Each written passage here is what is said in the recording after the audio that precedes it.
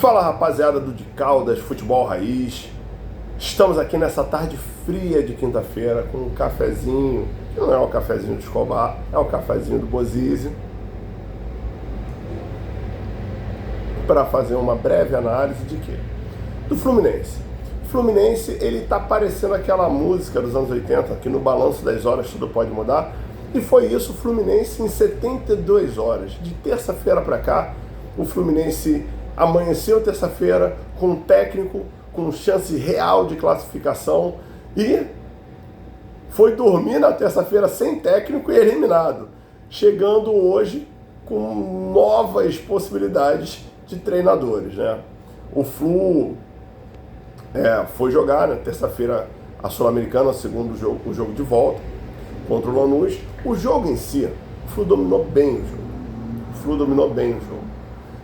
Fez boas possibilidades de ataque, boas ações. Faltou um capricho do ataque, faltou a qualidade técnica do atacante, que nós não temos qualidade técnica no ataque. Faltou, talvez, melhores ações laterais.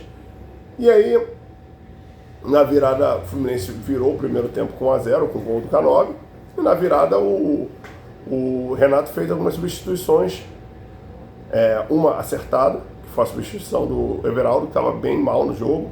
A outra que ele não soube justificar, ele não explicou, que nós não sabemos o porquê da troca do Hércules, da saída do Hércules e da entrada do Otávio. Porém, logo, mesmo pressionando, ele tomou o gol de empate. E aí entrou um modo desespero. O Fluminense terminou o jogo com 4-2-4. Ele utilizou o John Kennedy, que não usava há tempos, e o Riquelme, que ele também não usava há tempos. Ou seja, dificilmente ele treinou essa formação. Essa é a verdade. Dificilmente Renato treinou essa formação que foi usada no jogo. E em seguida, diante das vaias do Maracanã, o que para ele deveria ser comum, ele é um ex-jogador de futebol, é um cara cascudo no futebol, ele pede a demissão em seguida, pelo que consta, mal passou pelo vestiário, não explicou, respondeu a entrevista, mas criticou as redes sociais, criticou o comportamento da torcida, falou que estava precisando de descanso, de férias, e abandona um trabalho no meio do caminho, o que é muito ruim, A gente, que é da década de 90, que curte, que tem uma idolatria por ele, pelo título de 95, acaba ficando um pouco decepcionado nessa terceira passagem dele, que era uma passagem até positiva, com 57% de aproveitamento, quarta colocação na Copa do Mundo, classificado para a Copa do Brasil, uma eliminação não esperada, mas que não foi nada demais, assim, foi ruim pra gente, mas não foi nada demais para ele, e ele não resiste a uma vaia, e que já questiona a própria posição dele diante do futebol. Pra gente, torcedor, a gente fica muito chateado porque é um trabalho abandonado no meio do caminho. E o Fluminense ficou órfão durante esses dias aí. Quem vem, quem não vem, especulações, pra lá, pra cá. E acabou acertando agora à tarde com o Zubaldia, que estava no São Paulo, estava desempregado e vai treinar o Fluminense já, não sei se já no clássico agora contra o Botafogo, mas já vai começar a assistir ali. O que marcou essa passagem do Renato? Além da quarta colocação no Mundial de Clubes, ou seja, o Fluminense hoje, ele é o quarto melhor clube do mundo, uma das coisas que marcou muito a passagem do Renato foi, tecnicamente, um time desorganizado, um time que joga meio, não tem um padrão, na hora de ter que empatar é o desespero, é todo mundo pra cima.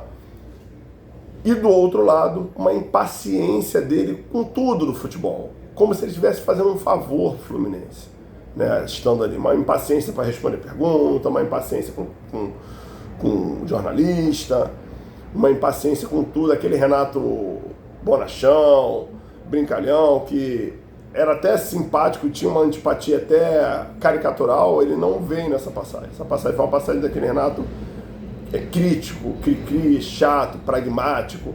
E o time refletiu isso, O time era um time chato. Era um time que muitas vezes ganhava, empatava, mas não fazia partidas vistosas, não estimulava o professor a vir, né? O professor, o torcedor a vir, né? Não estimulava essa presença do torcedor no estádio. E o torcedor do Fluminense tem ainda a expectativa de um final de ano onde no Brasileiro ele consiga ficar bem colocado, e que a gente tem aí esses jogos da Copa do Brasil podendo, inclusive, levantar o título da Copa do Brasil, né, pela segunda vez. Mas agora vamos ver como é que vai vir o Zubaldia, como é que ele vai implementar as táticas, as técnicas, como é que vai ser essa nova metodologia de trabalho dele. E é isso, gente. Terceira era Renato Gaúcho, terceira passagem, fim da era Renato Gaúcho, e bem-vindos ao Zubaldia. Aguardemos. Abraço.